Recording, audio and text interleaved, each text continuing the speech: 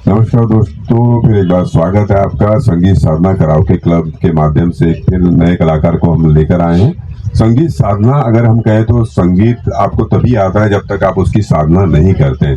तो साधना करना जरूरी है और खासकर इस क्लब के माध्यम से काफी लोग साधना करते हुए काफी ऊपर आ चुके हैं। उनकी जो एक गायकी की लेवल थी उन्होंने काफी अचीवमेंट इसमें पा लिया है। तो आज हमारे साथ जो मेहमान कलाकार हैं उनके बारे में हम जानना चाहेंगे। मॅम, सर्वात पहिले तुमचं नाव सांगा आणि एज्युकेशन सांगा. नमस्कार, मी रेणुका देशपांडे. मी मास्टर्स केलं आहे. संस्कृत आणि इंग्लिश हा माझा विषय आहे. मी एका शाळेत भरीलाल सांबरामध्ये मी टीचर आहे.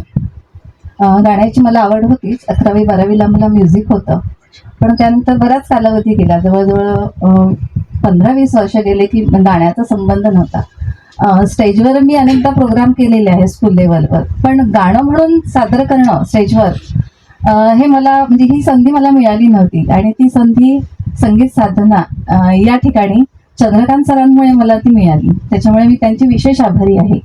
आणि मला एक गोष्ट अशी सांगायची आहे की चंद्रकांत सरांकडे पाहिल्यावर सबकुछ श्री, ज्याला असं म्हणतो की ज्याला सगळ्या फील्डमध्ये ज्यांनी आपलं कर्तृत्व केलेलं आहे, त्यांच्याकडे पाहून मला नेहमीच एक आदर्श वाटतो की आपणही असं काहीतरी केलं पाहिजे. अर्थात मला थोडं हे लेट या ठिकाणी जॉईन झाली, पण ठीक आहे. नेव्हर लेट बेटर दॅन, जे आपण म्हणतो की ठीक आहे, उशीर जरी झाला पण वेळ नाही गेलेली आहे. त्याच्यामुळे सरांकडे पाहून मला तसं एक थोडं प्रेरणादायी वाटतं की नाही, आपणही पुष्कळ गोष्टी करू शकतो. अगदी बरोबर आहे. ते एक उदाहरण आहे की बऱ्याचशा क्षेत्रात असूनही त्यांच्यात ते सर्व क्षेत्र सांभाळून घेतात. ते एक त्यांच्यात फार चांगली एक गुण आहे त्यांच्यात. आता हे सांगा की तुम्हाला या काळात कोणत्या गायिका आवडतात आणि जुन्या काळातील कोणत्या गायिका आवडतात, किंवा सिंगर्स जे आहेत आताच्या संगीतात आणि पहिलेच्या संगीतात काय फरक वाटतो? सर, पूर्वीचे जे होते ते मेलोडियस सॉन्ग होते. मला लता मंगेशकर खूप आवडते. लता मंगेशकर, आशा भोसले. आणि आत्ताच्या काळात जर म्हटलं तर श्रेया घोषाल. याचे गाणे खूप सुंदर असतात, अर्थपूर्ण असतात, की जे आपल्याला म्हणजे ऐकायलाही छान वाटतं, त्याचा अर्थ पण मिळतो.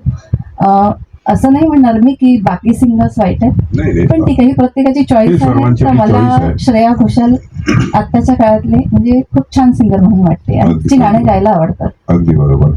आणि संगीत साधना कराओके क्लब बद्दल तुम्ही अजून काही सांगू शकता काय? हो, अर्थात संगीत साधना कराओके हा जो क्लब आहे हा आपला लिटिल इंडिया आहे. या ठिकाणी ना वेगवेगळ्या जातीचे, धर्माचे लोक, जसं आपण गोकुलधाम सोसायटी सध्या आता प्रसिद्ध आहे, त्यासारखं या ठिकाणी आपल्याला आढळतं. आणि विशेष म्हणजे आनंद जो आपला संगीत साधना आहे, या ठिकाणी लोक जे गाण्याची आराधना करतात, जे या हृदयापासून तर त्या हृदयापर्यंत, हा जो भक्ती मार्ग आहे, हा जो निर्मळ आनंद आहे, हा मात्र या ठिकाणीच पाहायला मिळतो. आणि मला असं वाटतं मी ते खूप एन्जॉय करते आहे. दिवसभरचा थकवा या ठिकाणी आल्यावर दूर होतो. अगदी बरोबर. आणि फार महत्वाची गोष्ट केली तुम्ही. परमानंद आहे, याच्यापेक्षा अजून दुसरं काहीच नाही. जर विचार केला तर सर्वात मोठं सुख आहे की आपल्या मनाला शांती मिळते. तर इथे तुम्ही आला, तुमच्या मनातील या गोष्टी तुम्ही सांगितल्या. फार फार धन्यवाद मॅडम. थँक्यू.